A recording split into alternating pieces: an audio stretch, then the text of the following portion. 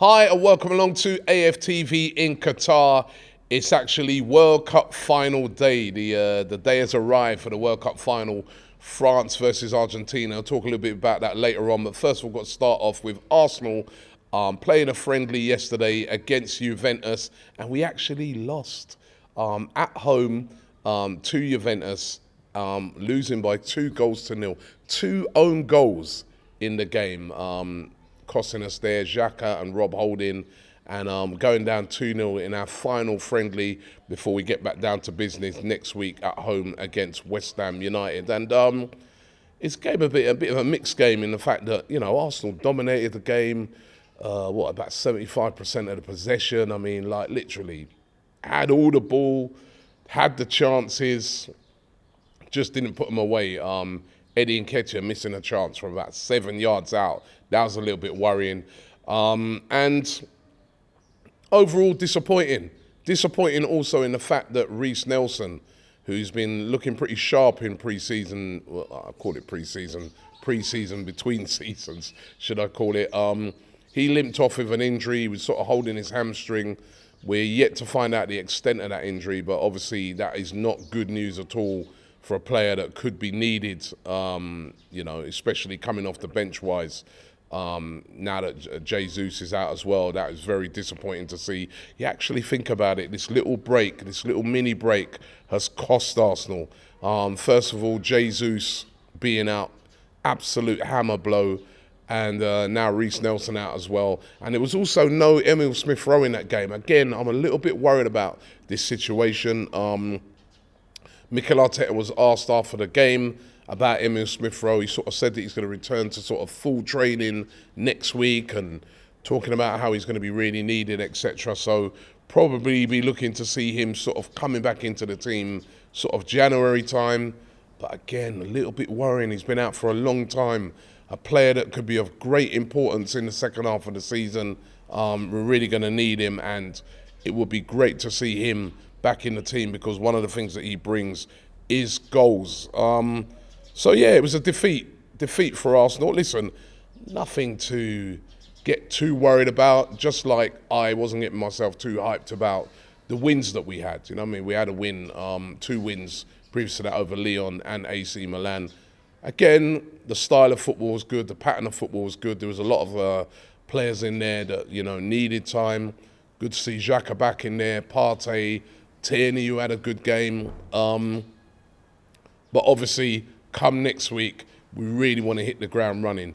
2 players that didn't feature, of course, that Mikel Arteta said they're chomping at the bit and they're ready for the game, or will be ready for the game next week, Saturday, is Martinelli and also Saka, of course, who've both been away on World Cup duty.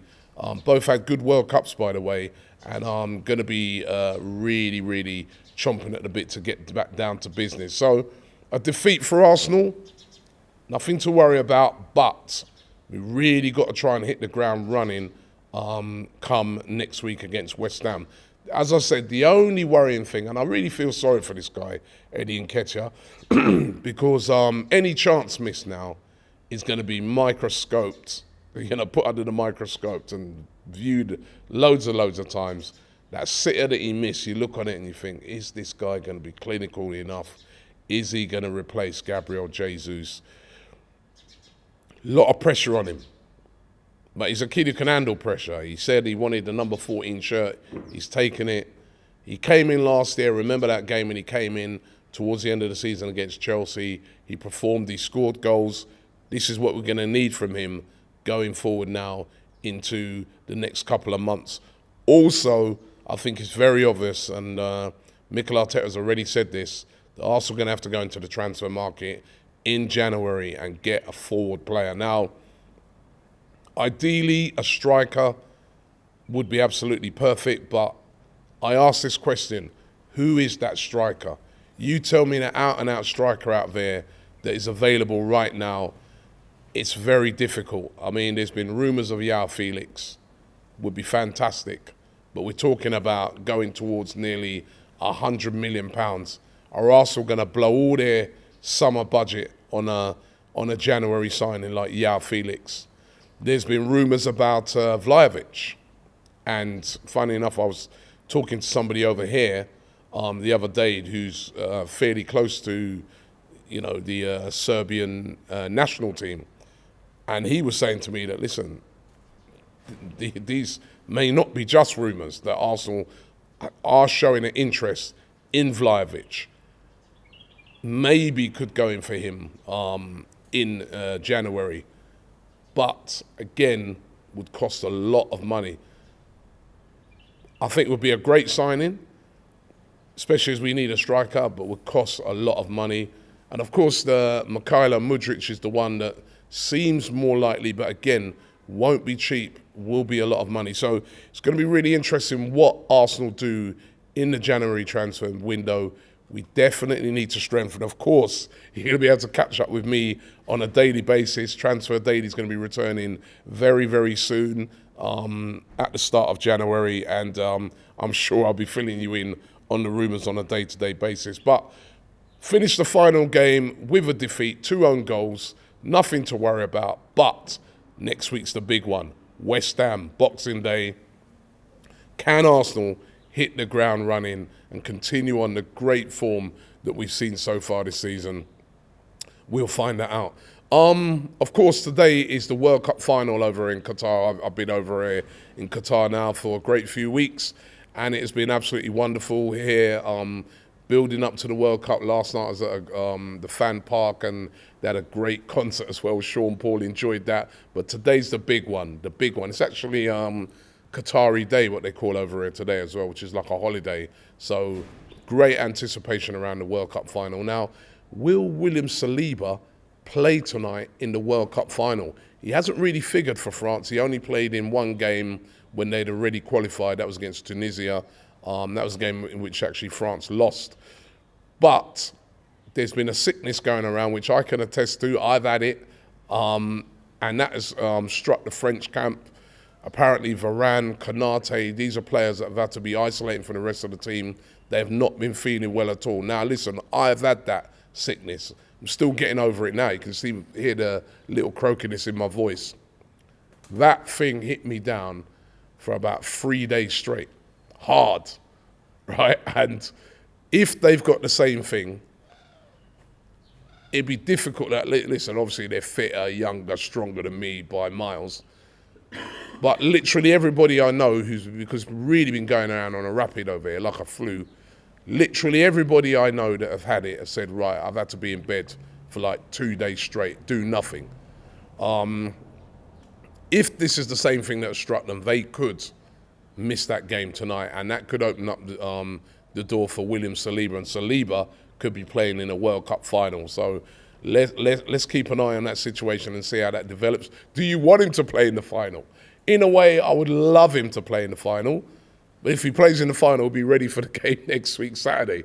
But keep an eye on that. William Saliba could figure in the World Cup final tonight. And of course, it's Mbappe versus Messi. That's how it's been labelled up over here. Who's going to win that final?